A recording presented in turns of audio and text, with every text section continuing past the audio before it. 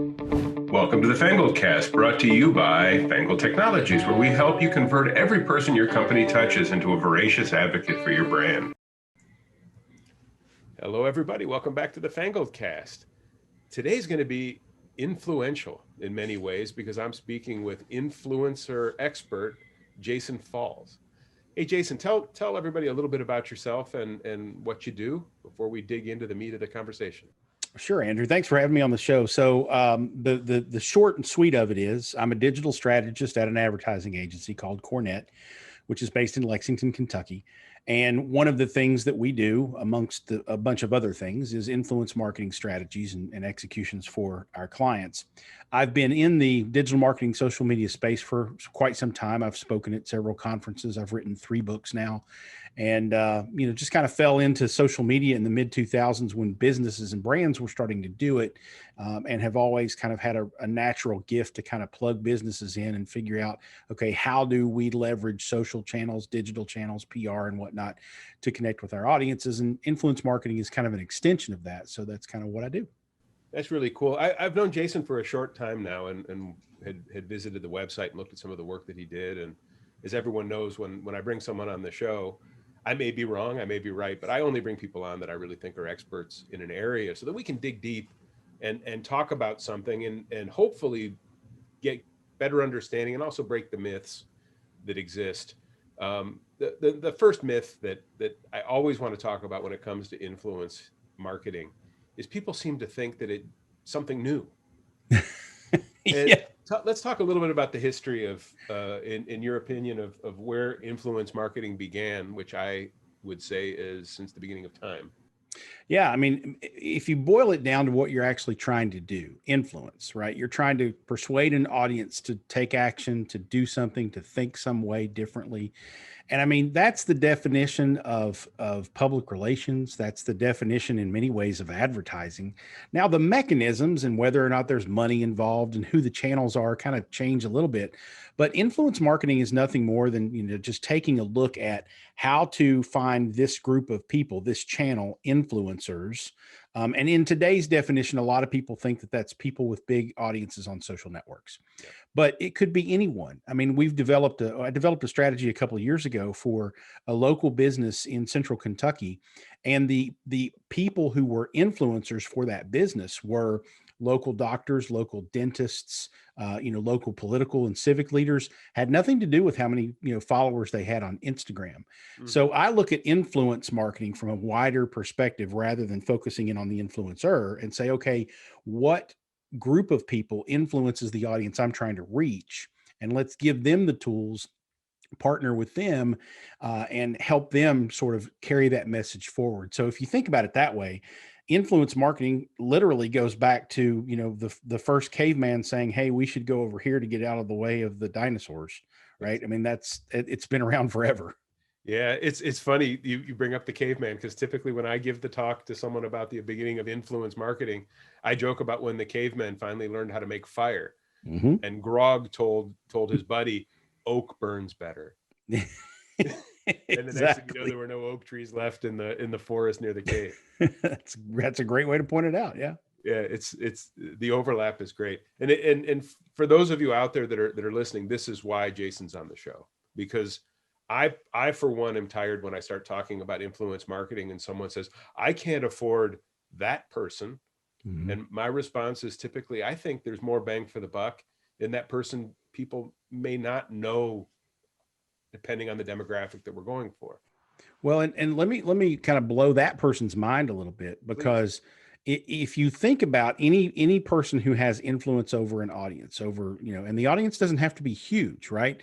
If you think about it that way, your customers are influencers, right? So people who have loyalty programs, ambassador programs, that's influence marketing. If you have an affiliate program where you're saying, hey, if you share this link or share, our product with your friends and family, and they buy using your little code, we're going to give you 15, 20%. That's influence marketing as well. Now, the marketing geeks will put different labels on it and call it different things and say, that's not influencers, but that's because they're thinking of influencers here, where I think we need to think of influencers here. Mm-hmm. So an influencer that, if you say I can't afford influencers, well, if you can find one person who you build a relationship over time, and they're just someone in the community, and they know you and they like you and they trust you, and you can get them to tell everybody about your grand opening or your new product, that's influence marketing too. And it doesn't cost you a dime. The affiliate marketing program. Yeah. So, you've done something beautiful online, and someone says, wow, where did you learn how to do that? And you give them the link, and they go there, and they don't realize that link then would give them a commission if you decide to do that business. All of those things are influence. One of my favorite studies in influence marketing, although I hate the industry, was the tobacco industry. Mm-hmm. They when they came out with those sort of millennial cigarettes, cigarettes that are the same as all the other ones, but they had more, less of the brand, so that you could have the cool brand.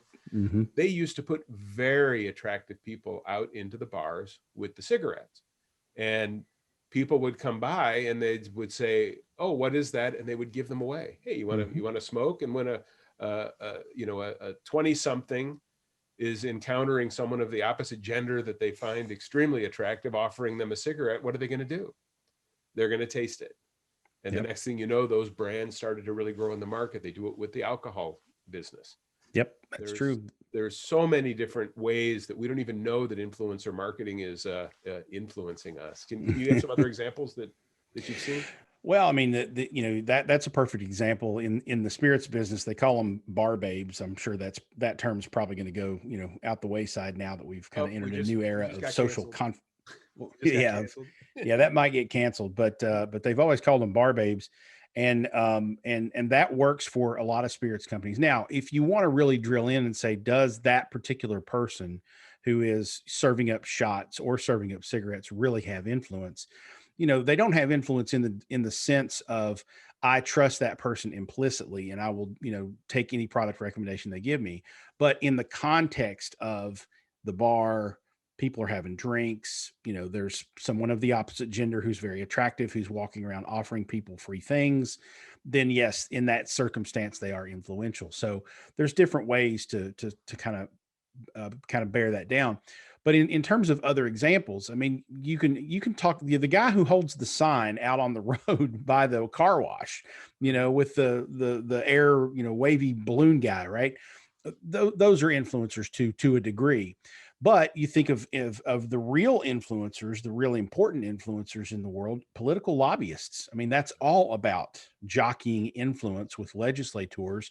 And if a business or a brand is employing that person to do it, they're basically saying, go lobby Congress or go lobby the legislator or city council or whatever to help change legislation to be advantageous for our business. That's influence marketing too. Absolutely. So every sort of type of situation where you have an actor, whether that be a YouTuber, an Instagrammer, or the president of the Urban League, or a dentist, or whatever, and they are being engaged. It doesn't have to be via money. It can also be benefits and other things, right? But if they are being incented to then turn to the people who trust them and say, I think you should try this product, or I think you should think about this way, or I think you should do this. That's influence marketing sort of by definition, if you're looking at it from a broad perspective. And I think that's, what we need to do in order to improve influencer marketing with the R is look at it in a much broader perspective. I think we'll be smarter about it then. Yeah, one of the categories people forget about influence marketing quite often is the whole concept of product placement. Mm-hmm. And that doesn't necessarily mean I'm going to get my product in a Hollywood film. Right. But it also in location. Years ago, I was involved in a business that had imported massive pieces of amethyst as decorative. Okay. We had a retail store, and we did very well selling these pieces. And one of the ways that we did influence marketing was to have our pieces for free on display in locations where influential people owned. So if you walked into the highest dollar jewelry store in the region, there would be a gorgeous piece of amethyst with the information on it. And because you trusted that store, the store influenced you to want to know more about those pieces and find something that was in your home. Absolutely. And product placement, it's interesting that you bring that up, because I think a lot of people by default think of influence marketing as product placement. They think of it as, I'm going to pay an Instagrammer to hold my product and smile wherever they are. And that's influencer marketing. That's the very superficial, probably not real, reliable, and business, metric driving form of influence marketing. It's common because it's out there, it's in front of the camera, you see it. But you're starting to see a shift in the industry now where even the influencers themselves on YouTube and Instagram and whatnot are saying to brands, I want to do more than just hold your product. Let's collaborate and do something deeper, because they know, the influencer knows, if they don't help you move the needle on your business, if they don't help you drive sales or conversions or whatever, then you're not going to come back to them. So the wheat is separating itself from the chaff, if you will, in the influencer space. And the ones who really understand marketing and business, and they have to drive business metrics, are starting to say, wait, we can't just do product placement anymore. We've got to do more than that. Else it's not going to be worth your money to invest in me. And so I think we're starting to see the market mature quite a bit there. There's almost like a pendulum. I talk about pendulums all the time in terms of how things work. The beginning of it is, I see your product on the shelf in the back during a YouTube video. It's there. The second is seeing you actually use it. The third is actually endorsing it. And the fourth is actually recommending it. Yep. I see it, I use it, I show you I like it, and I tell you to buy it. Yep. And there's different stages of that become the influence. One of my favorite conversations these days, it seems like almost everybody I know watches shows like Shark Tank. And over in I think in England it's called The Dragon's Lair or something like that. It's something like that, yeah. Similar show. But so many people bring products on that show with no intent of ever getting a shark on the team. Because people know that if it's just seen before the show goes off the air, whatever inventory they had is wiped out, even if they don't get a deal. Yep. Because someone on that stage will go, well, I think you've got a good idea there. It's not a business yet, but it's a good idea. Okay, don't sign up. Thank you for helping me liquidate my inventory. Exactly. That's a type of unpaid influencer marketing. That's very true. I actually have a friend of mine who was on Shark Tank. She had a dating app, and basically she was on Shark Tank and was destroyed. Like, they just tore her down and said, this is, repetitive idea, it won't work, et cetera, et cetera. Users went through the roof. She had, a peak in her business for probably a good 2 or 3 years. She had a lot of people in the investor and entrepreneur community coming to her saying the sharks were wrong. This is a really good idea. So even in a situation like that, when she got, basically chopped in half on national television, it was really good for her business. Yeah. And again, not all influence marketing has to be paid. Right. There are great marketing teams that have connections to get products out there for people to try, to get that organic look. Yeah, there's agencies out there that actually specialize in just distribution of products to micro and nano influencers. One that I talked to for the book that I wrote it's called what's it called? I've forgotten the name of it. I'll come back to it in a minute. But anyway, what they do is they basically you say, I want to, let's say you sell lipstick. So you say, I want 150 influencers, and by influencers, they mean micro and nano. So people with, 5,000, 15,000 followers, whatever. I want 150 of those to try my lipstick and, post a review of my lipstick on my website, and then let me use their posts on my social media, which, when you think of it, if you get 150 different pieces of content for your social media, heck, that's a year's worth of content there for some people who only post a couple times a week. Right. Absolutely. So it could be well worth the investment. They're not paying these influencers anything. They're giving them product for free. And so there has to be the disclosure that, hey, I received this product for free. The FTC rules come in there, but it's not costing you anything more than product. I think I do think they ask you to provide a certain dollar amount in retail value, either in product or gifts or something like that, in order to incent them to do it. But you can literally engage hundreds of influencers with little more than the cost of your product in order to get them, to post about you and to get, content in return. Yeah, and let's talk a little bit to be clear to caution folks about those that are not ethical and not moral. Today, I got an email from someone who claimed to be in England, and I'm sure that they're not. who has a service where you can get influencers by the dollar. Yeah. If like, for example, if you want 1,000 reviews on your YouTube videos, you can buy them. Right. And if you want 4,000 views or 4,000 hours of play and these kinds of things and reviews so that it looks like you have influencers, those are great ways to destroy your business. Yeah. The sites like YouTube and Instagram and whatnot, where you're buying followers, you're buying views, you're, buying likes, all that kind of stuff. They have algorithms and they routinely go in and identify that looks like suspicious behavior. Yep. If let's put it this way, just be logical about it. If you've got 1,000 followers on your YouTube channel or subscribers to your YouTube channel, which is a good number of subscribers for a lot of businesses, and you pay someone to drive 40,000 views of a given video, that's a red flag, because 1,000 people aren't going to watch 40,000 of anything. Right. Mm-hmm. So you have to just be smart about it. And those services typically get dinged. You get dinged. You end up having to dig yourself out of a hole to get your credibility back. I just blanket would never use them. Yep. And there's another part to it too, from a practical standpoint. Even if for some reason you think it's ethical to do that, mm-hmm. Now as you create content, you really don't know if it's having the impact that you want it to have, right? Because you've got a bunch of drones, zombies out there reacting and doing. So you're now you're increasing your marketing dollar, your ability to promote, without knowing whether or not you're being impactful.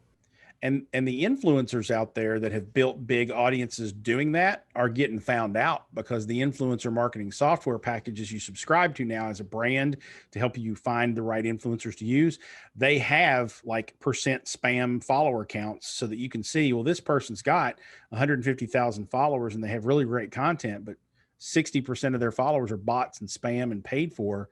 Yeah. That means they're not very credible, and you're not going to get the kind of engagement rates out of them that you want. Yeah. In the same realm of this, the negative side of this, what are the wrong moves in terms of selecting influencers and things that can actually hurt your business if you don't have a logical and intelligent ethical strategy? Well, there's probably two big things. The first thing is you really need to make sure and do your research on the front end to make sure the influencers that you are using really align with your brand, because it's easy and tempting to say, well, I want to use a Kardashian, or I want to use someone with, 250,000 followers because they have a lot of followers. But if you are a premium product and, they're doing their videos with backwards ball caps and ripped up jeans and t-shirts, there's a disconnect there, right? So you got to make sure there's really good alignment so that their content looks and feels like the content that your audience is going to appreciate. So that alignment's probably the first mistake I see a lot of brands making, is they just go after the follower counts and they don't pay attention to really the quality of the influencer they're using.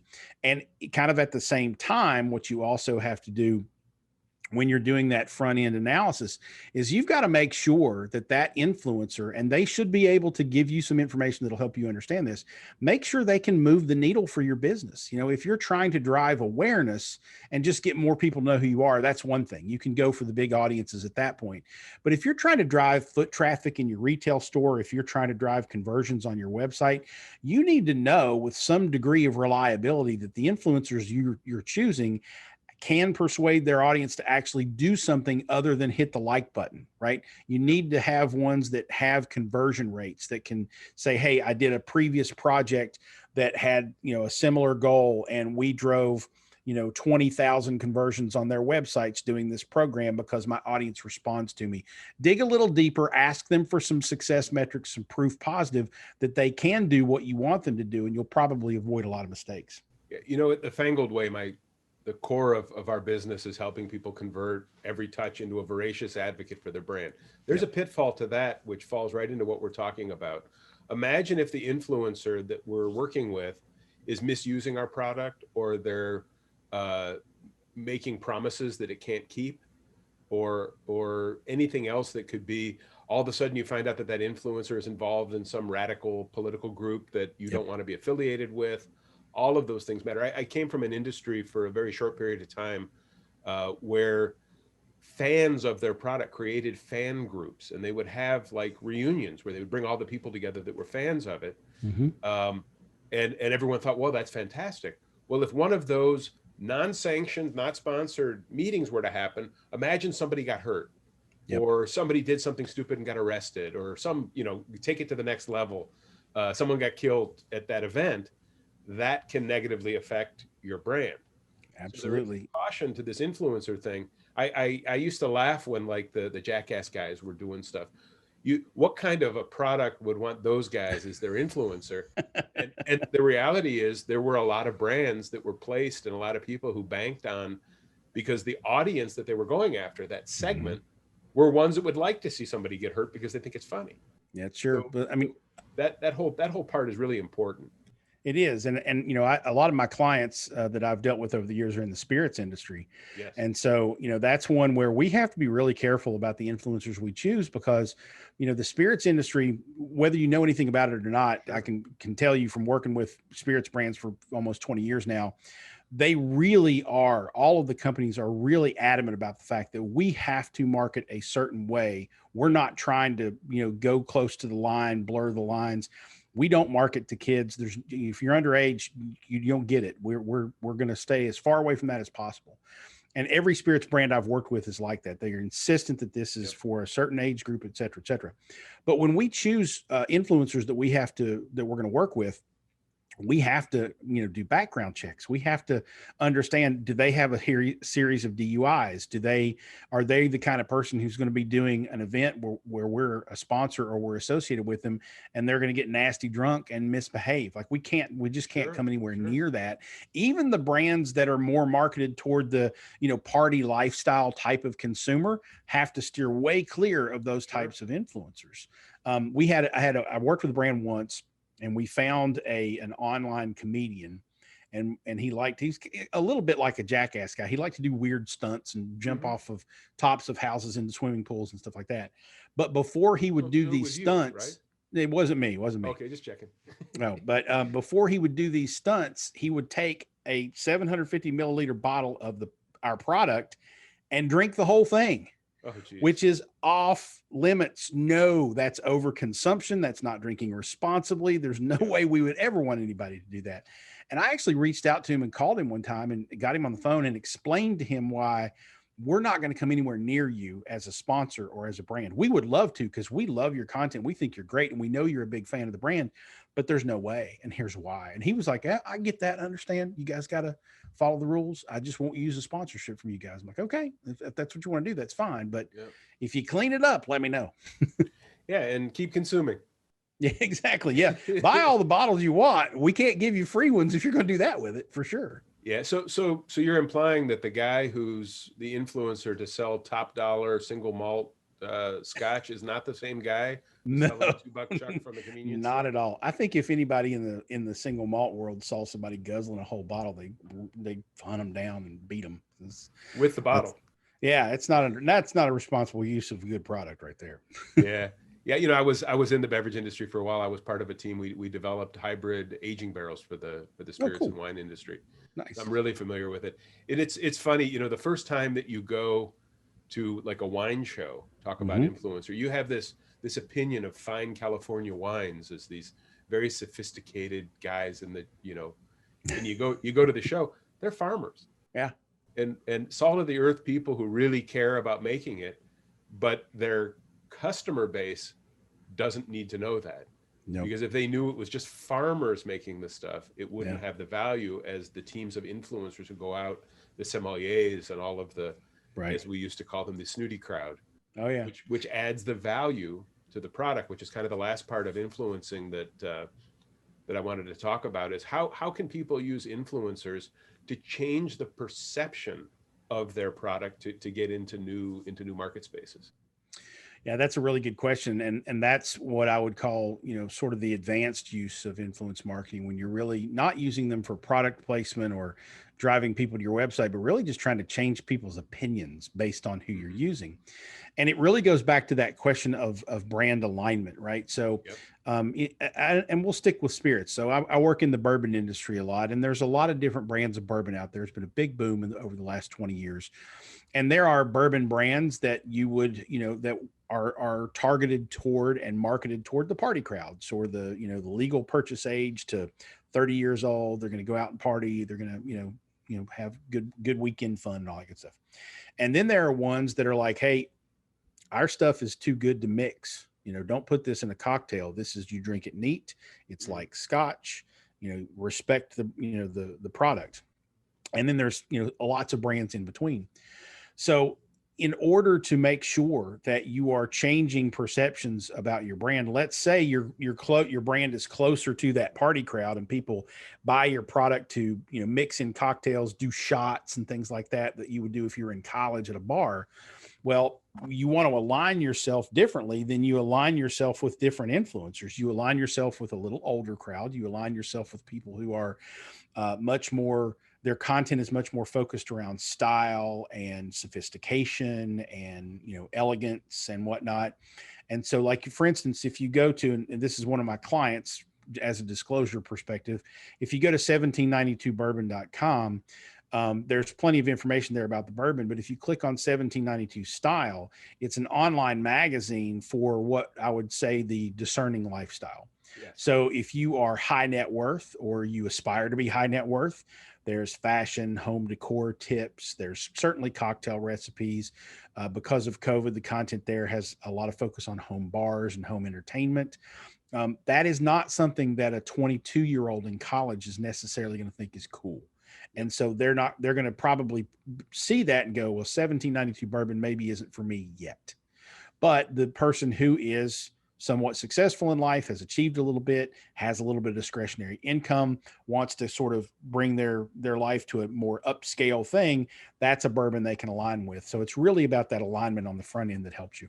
That's a really good example. I'm glad we got on to this part of the topic. I'm hoping folks listen all the way through to get to some of these really prime examples. Good. I hope so too. At the end of every one of my interviews, I always ask the same question because I'm curious if there's anything that I should have asked you that I didn't, that you would like the audience to know. Wow, that's a really good question. I don't think so. We covered a lot of good stuff. I think probably the only thing that I would say is, because when we touched on all this is when you think of influence marketing, again, stop thinking about the influencer and start thinking about the goal, the strategic thing that you're trying to accomplish.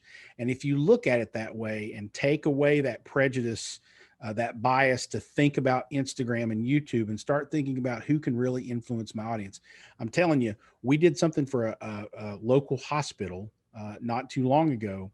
And our primary influencers for that particular campaign, what we were trying to do, were school nurses and counselors, because they were going to talk to parents about children's healthcare issues with more authority and more frequency than other people.